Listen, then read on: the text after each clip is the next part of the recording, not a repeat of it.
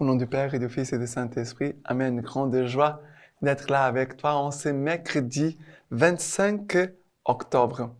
Et chaque mercredi, nous célébrons aussi et honorons Saint Joseph, Père de la Providence. Et nous devons confier à lui tous nos besoins matériels et spirituels. Et aussi, bien sûr, d'accueillir Saint Joseph comme Père et qui nous enseigne vraiment à vivre de la paternité divine. D'accord?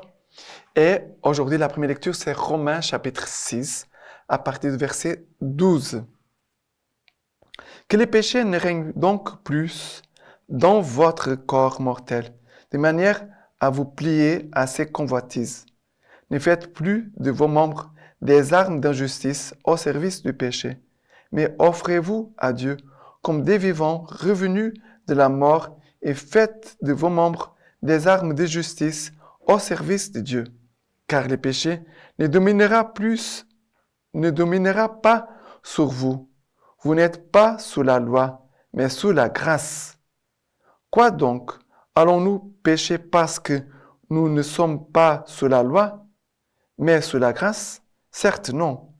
Ne savez-vous pas qu'en vous offrant à quelqu'un comme esclave pour obéir, vous devenez des esclaves du maître à qui vous obéissez, soit du péché pour la mort, soit de l'obéissance pour la justice. Mais grâce soit rendue à Dieu. Jadis esclaves du péché, vous vous êtes soumis cordialement à la règle de doctrine à laquelle vous avez été confiés et affranchis du péché, vous avez été asservis à la justice. Alors, ici, Paul nous dit que les péchés ne règnent donc plus dans votre corps, de manière à vous plier à ces convoitises. Que les péchés ne règnent plus dans notre corps. Première chose. Est-ce qu'il y a des péchés qui sont en train de régner dans ton corps ou pas? Première chose. S'il y a des péchés qui règnent, on doit prier, on doit lutter, on doit demander des conseils à notre confesseur, à notre accompagnateur spirituel. Comment je peux faire pour dépasser ça? Comment je peux faire pour dépasser ces choses? Alors, ne faites plus de vos membres des armes d'injustice au service du péché, mais offrez-vous à Dieu comme des vivants revenus de la mort et faites de vos membres des armes de justice au service de Dieu. Alors que ton corps, les membres de ton corps, ne soient pas au service du péché, mais au service de Dieu. Que vos membres soient des armes de justice au service de Dieu. Voilà. Notre corps, c'est autrefois, nous avons utilisé notre corps pour les péchés, et n'importe quel péché, que nous puissions mettre nos membres, nos corps, maintenant au service de Dieu. Ça veut dire que si tu as péché avec ta bouche, maintenant consacre ta bouche au service de l'annonce de la parole de Dieu. Si tes yeux ont été au service du péché pour avoir des regards mauvais sur les autres, maintenant mets tes yeux au service de la contemplation, de l'adoration du Seigneur et aussi d'avoir un regard bienveillant sur les autres. Ça veut dire, consacre à Dieu ton corps, consacre à Dieu les membres que tu as utilisés pour le péché, maintenant que tu puisses consacrer ton corps au service du Seigneur. Et Paul va dire, de qui tu veux devenir esclave, qui tu veux que soit ton maître. Il dit, soit pour être des esclaves du péché pour la mort, soit de l'obéissance pour la justice. Et tu peux mettre ta vie au service si tu mets au service du péché, tu sais que cela va conduire à la mort. Si tu mets ton corps au service de l'obéissance pour la justice de Dieu, cela va te conduire à la vie. Et après, il dit, mais grâce soit rendue à Dieu, car jadis, esclaves du péché, vous êtes soumis cordialement à la règle de la doctrine à, à laquelle vous avez été confiés et affranchis du péché.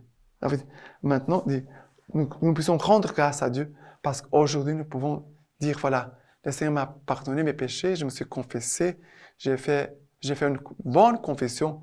Parfois, quand il y a des moments de conversion forte, ça veut dire que ce sont des moments de faire aussi une confession générale.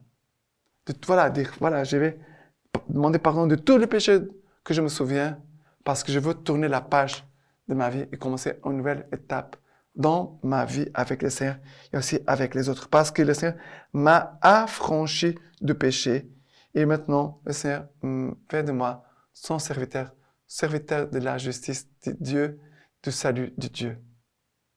Voilà. Et maintenant, les psaumes d'aujourd'hui, c'est le psaume 124 à partir du verset 1er. Nous dit ceci. Sans le Seigneur qui était pour nous, à Israël de le dire, sans le Seigneur qui était pour nous, quand on sauta sur nous, alors nous avalait tout vif dans le feu de leur colère. Alors les eaux nous submergeaient, les torrents passaient sur nous. Alors ils passaient sur notre âme en eau écumante. Béni soit le Seigneur qui n'a point fait de nous la proie de leurs dents.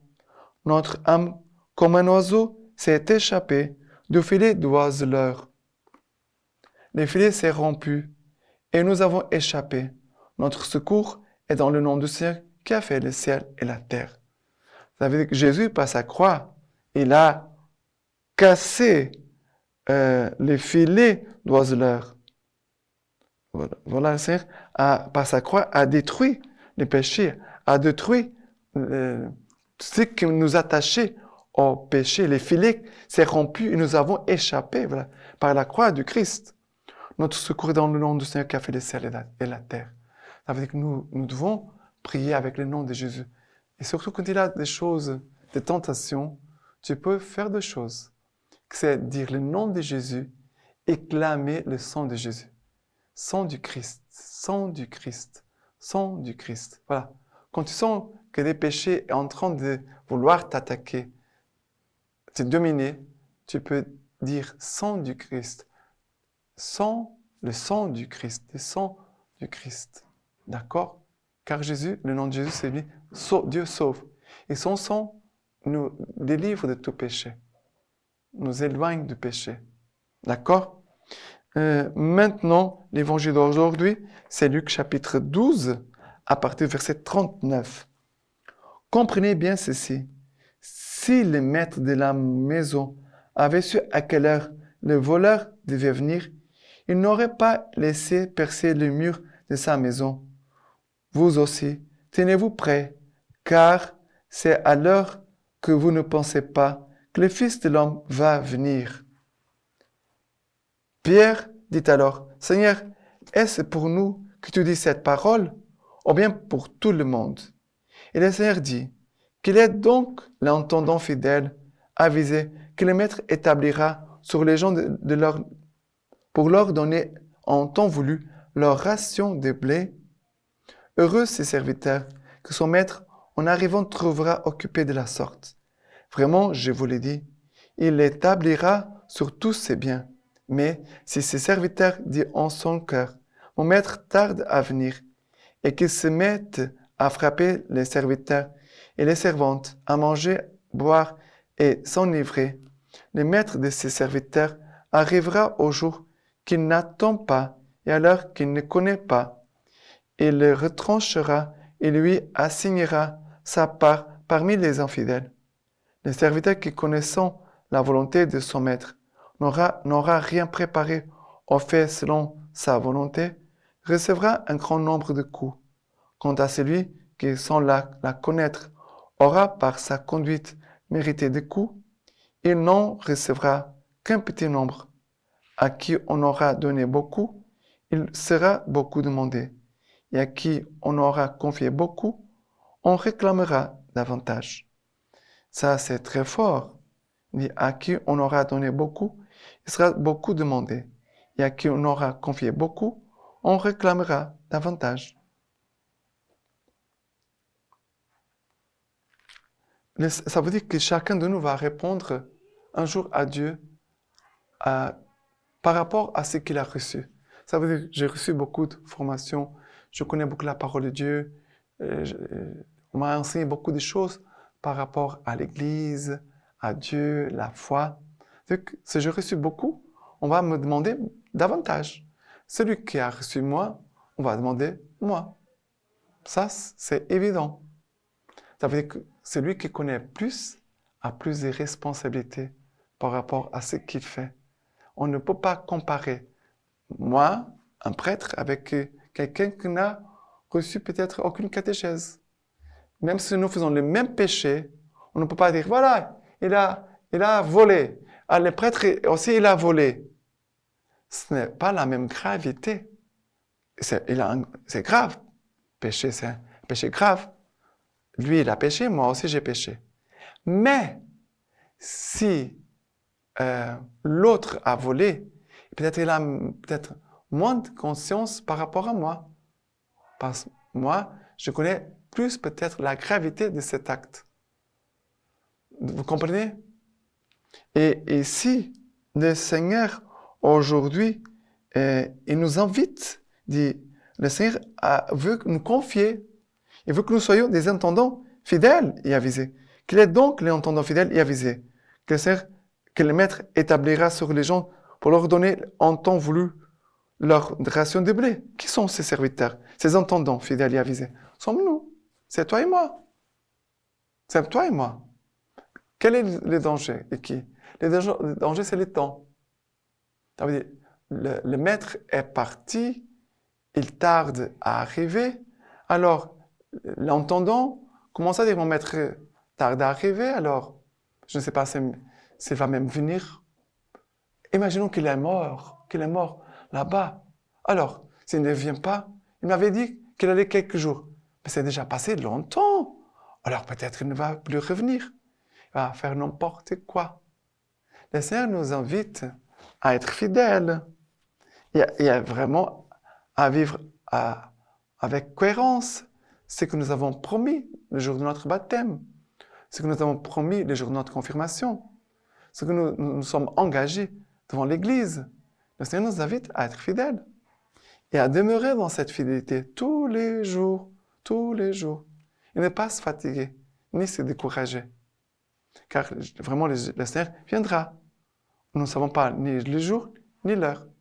Mais que le Seigneur nous donne un cœur qui aime, quelqu'un qui aime le Seigneur et qui prie.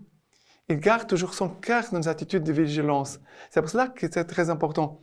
La vie de prière, l'adoration, notre prière personnelle, les offices, ils sont très importants pour nous garder dans cette attente de jour que le Seigneur viendra à nouveau. D'accord? Et nous devons être prêts. Et en même temps, quelle était la mission? C'était de prendre soin des autres. Le Seigneur nous a confié une mission de prendre soin des autres et non pas faire n'importe quoi avec les autres. D'accord? Et la lecture patristique d'aujourd'hui de Saint Maxime le Confesseur nous dit ceci. La lampe placée sur le lampadaire, c'est la lumière du Père, la vraie lumière qui éclaire tout homme venant dans ce monde, notre Seigneur Jésus-Christ. C'est à cause de notre chair qu'il a prise de nous, qu'il s'est fait et qu'il a été appelé une lampe, c'est-à-dire qu'étant par nature la sagesse et la parole du Père, il est proclamé dans l'Église de Dieu par la piété des croyants. Piété des croyants. Il est exalté et manifesté devant les nations par la vie conforme à la vertu et fidèle au commandement. C'est ainsi qu'il brille pour tous ceux qui sont dans la maison, autant dire dans le monde. Comme lui-même, la parole qui est Dieu nous le dit l'Évangile. On n'allume pas une lampe pour la mettre sous le boisseau, mais on la met sur le lampadaire. Elle brille pour tous ceux qui sont dans la maison. Il est évident que lui-même s'appelle une lampe, étant Dieu par nature, et devenu chair selon l'économie du salut. Maintenant, je vous laisse la bénédiction par les mains toutes pures de la Vierge Marie. Que Dieu Tout-Puissant vous bénisse et vous garde, le Père, le Fils et le Saint-Esprit. Amen.